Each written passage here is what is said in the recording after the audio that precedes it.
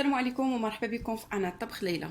ان شاء الله في هذا الفيديو غادي يكون فيديو فيه بزاف د الحوايج، يعني غادي نقدم لكم ان شاء الله كيفاش غادي نحضر هذا الساندويتش اللي كيجي لذيذ بزاف وسهل في التحضير، ما كياخذش وقت كثير. كذلك غادي نوريكم بعض التحضيرات المسبقه ديال الضيافه او العراضه مغربيه. ان شاء الله غادي ندير لكم هاد العراضه عما قريب، وغادي نحط لكم جميع التفاصيل اللي غادي ندير فيها، كذلك جميع الاطباق اللي غادي نقدم فيها. كنتمنى هاد الفيديوهات هادو ينالوا اعجابكم.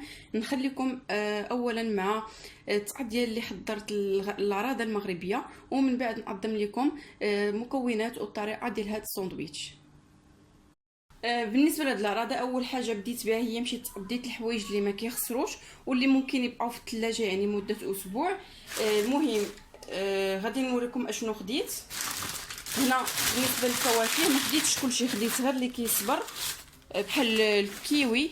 هنا خديت 1 كيلو ديال الكيوي، كنختار اللي كيكون انصح باش يصبر ليا مده طويله. خديت كذلك هنا الكوك، هادو اللي تيكونوا بحال هكا، خديت جوج كوك داير يمكن ب 14 درهم للوحده. والكيوي ما عرفتش مسحات. خديت اناناس وحده بالنسبه للسلطه اللي غادي نقدم في هذه العراضه. خديت كذلك وغادي نزيد مازال الفواكه، خديت غير داكشي اللي لقيت. خديت الكيوي المجفف. هنا خديت هاد الباريزيان او هاد اش يقولوا لهم، المهم هاد الباريزيانات صغيورين باش نديرهم ساندويتشات ان شاء الله اليوم بالليل. ان شاء الله غادي نشارك معكم الساندويتشات اللي غادي ندير. خديت هنا فرماج احمر، وخديت هاد القلع هذا يعني في البيض، واخا نديرو فوق هذاك الناب بيض، هذا شفاف يعني واخا نديرو فوق الناب بيض يبان لتحتاني. هنا خديت بزاف الانواع ديال الاجبان، غادي نخليهم حتى الاخر ونوريهم لكم. خديت هنا التزيين ديال الدجاج اولا اللحم اللي غادي نقدم ان شاء الله. خديت بيض السمان. عجبتني كذلك هاد العصاره هذه ديال الحامض، ما عنديش شي وحده اللي كنخدم بها بايدي، كما كنبغي شي وحده خصني نجبد العصاره كامله ديال الضو. هذه زوينه عجبتني صغيره. خديت هنا صلصه البيتزا حتى هي كنحتاجها بزاف. خديت علب ديال الطون خاصه بالزيت، خديت هنا 4 ديال العلب. هنا عندي الكروفيت، عندي جوج الانواع ديال الكروفيت، المهم دابا غادي نديرهم في المجمد هما الاولين. هنا عندي كالامار، خديت هذا الكالامار اللي مجمد، ما لقيتش كالامار طري، اما هذا الكروفيت راه طري. غادي نديرهم في المجمد هما الاولين ونرجع معكم. هنا خديت الكفته غير باش ندير بها ساندويتشات اليوم ان شاء الله، وصوصيص. غادي نوريكم الانواع ديال الاجبان اللي خديت، وفي نفس الوقت غادي نديرهم في السلوفان باش نحتفظ بهم باش يبقاو لي مده طويله. خديت تقريبا 100 غرام من كل نوع ديال الجبن. خديت هذا النوع هذا كتشوفوه بحال هكا، كيكون كريمي هاد الجبن هذا كريمي.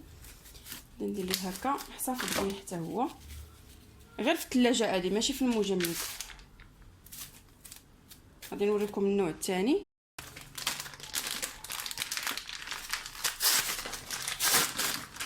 خديت هذا السوريمي كيكون بحال هكا، هما تيديروه لكم على هذا الشكل، حتى هو غادي نحتفظ به بنفس الطريقه غير بشويه حتى غير كيتهرس. خديت الموتزاريلا حيت كنحتاجها بزاف في البيتزات، كتجي زوينه موتزاريلا احسن من اي نوع. خديت 250 غرام، ولكن حتى هي غادي نخدم بها في السلطه اللي غادي نقدم لكم ان شاء الله. المهم انتظروا هذا الفيديو هذا اللي غادي نقدم فيه عده اطباق ديال الضياف. هنا خديت هذا الفرماج هذا، خديت منه 300 غرام. 300 315 غرام. هذا النوع هذا اللي تيكون بحال هكا. هذا شنو يلا قلت للراجل، قلت ليه ناري بغيت نشوف هذاك الفرماج اللي كيديروه طوماط جيري كيتخشى فيه الفار. هو هذا. ويقول لي ها هو خذيه. وهذا هو النوع الرابع اولا الثالث. هو من الاحسن ما تخلوش فيه هذا الوراق هذا اللي كيديروا لكم هما، حيت خاصو هو ما يدخلش ليه البرد. خديت هذا النوع اللي تيكون فيه بحال ما عرفت شنو هذا، بحال زنجلان. بحال زنجلان هذا فيه، اولا حبه حلاوه، المهم بحال داك الشكل.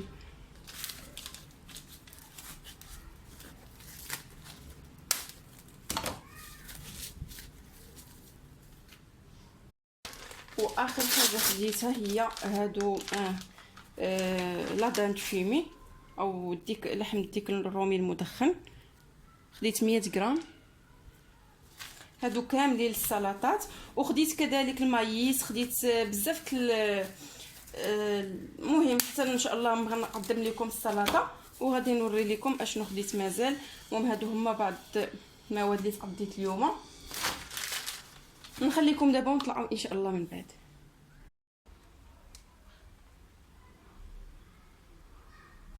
دابا غادي ندوز نوجد العشاء اللي غادي نحضر فيه ساندويتشات ساهله وسريعه في التحضير. هنا عندي 250 غرام ديال الكفته. غادي نحتاج معاها هاد التوابل الخاصه بالكفته كيف كتشوفوا، راه بهارات الكفته. غادي نحتاج شويه الملحه، وغادي نحتاج سميتو جبن الموتزاريلا. صافي هادو هما المكونات اللي غادي نحتاج في الاول.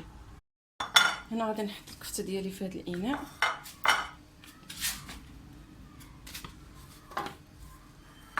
غادي نزيد عليها الملحه كتبقى على حسب الذوق. غادي نزيد التوابل الخاصه بالكفته،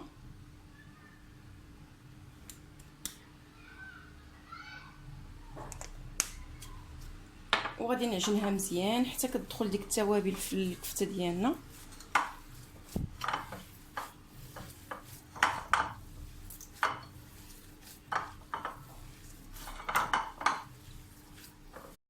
صافي من بعد ما تخلطوا مزيان غادي نشكل كرات الحجم اللي بغيتو.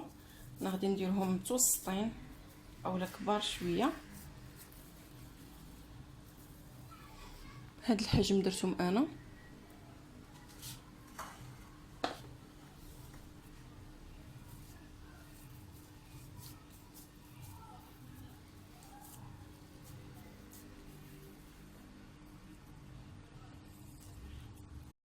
صافي غادي نصايب غير 3 ديال الساندويتشات، كل ساندويتش فيه 2 كرات ديال الكفته. مسكينين غير انا وراجلي. وما غادي نرجع معكم نكملوا طريقه التحضير. وهنا غادي نقطع جبن الموتزاريلا. غادي نقطعو على مربعات، على شكل مربعات، حيت كنت دايره في الثلاجه برد بزاف.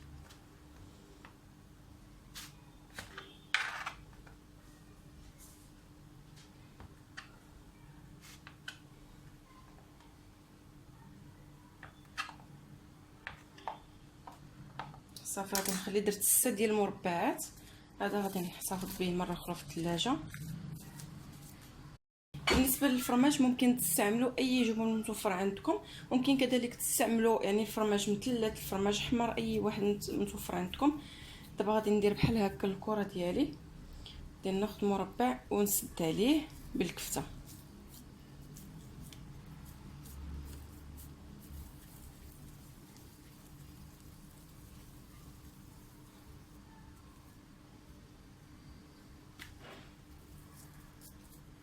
نستمر بنفس العمليه. هاد الساندويتش هذا راه ساهل ولكن راه كيجي بنين بزاف وما كياخذش وقت كثير. دغيا غادي يتحضر كيف كتشوفوا معايا.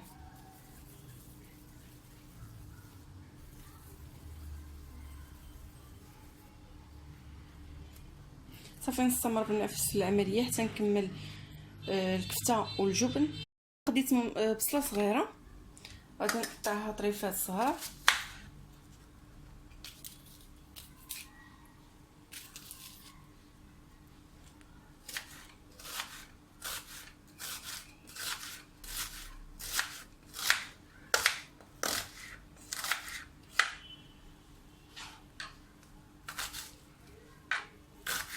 بحال هكا. من بعد ما قطعت البصله كامله غادي نزيد عليها زيت الزيتون،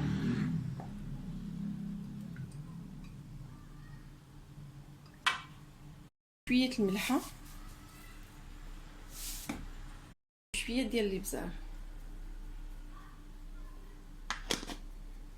صافي دابا غادي نديرهم فوق البوطه حتى كتشحر لينا البصله وكتدبل، ونرجعوا نديروا الكفته ديالنا.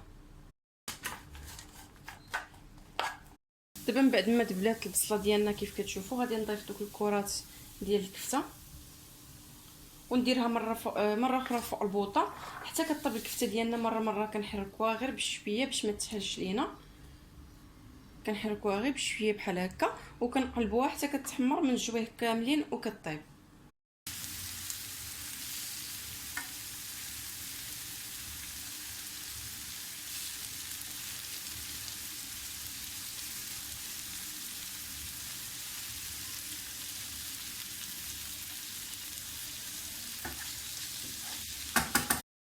صافي دابا كيف كتشوفوا معايا الكفته ديالنا تحمرات، كذلك البصله طابت وبدلات، الكفته طابت مزيان. دابا غادي نعزل كل جوج في بلاصه بحال هكا معهم شويه ديال البصله، وكل جوج غادي نخوي عليهم بيضه.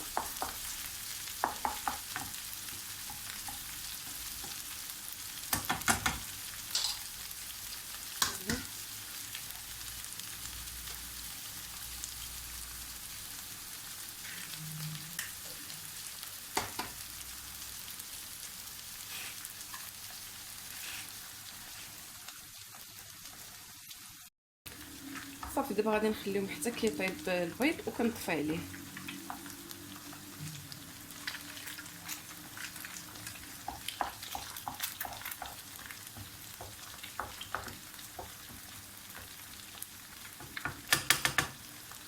كتشوفوا غطيتها بالتفصيل باش البيض بلا ما نحركو دغيا يطيب لينا، ونطلعوا ان شاء الله باش نعمروا الساندويتشات ديالنا. صافي دابا من بعد ما طابت الكفته ديالنا والبيض خديت الساندويتشات اولا الخبز ديالي قطعته بالمقص بحال هكا. غادي ناخذ هاد الصوص هذه اللي كتجي زوينه مع الساندويتشات، غادي ندهن الساندويتش ديالي هو الاول.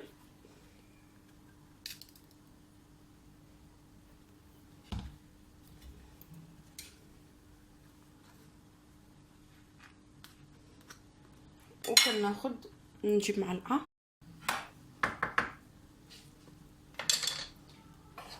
كنحاول نهز البيض بحال هكا،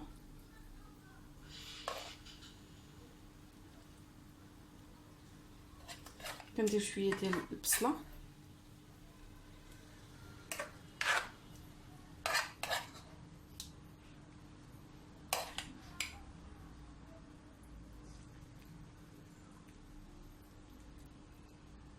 وكندير الكفته الثانيه. كيف شفتوا معايا الكفته راه حيت راه عامره بالفرماج، يعني ما غاديش ندير الفرماج نهائيا. صافي غادي نستمر بنفس العمليه حتى كنكمل الساندويتشات اللي عندي. دائما كنصبع الصوصيه الاولى. صافي هادو هما الساندويتشات ديالنا من بعد ما كملتهم في التحضير. كيف كتشوفوا كيجيو على هذا الشكل. بالنسبه لهاد الساندويتشات ممكن يديوهم معهم، يعني من ضمن سلسله الوجبات المدرسيه اللي كنقدم لكم. هاد الساندويتشات ممكن يديوهم معهم وليداتكم في المدرسه. دابا شنو ندير؟ زعما راه كنهضر بجديه.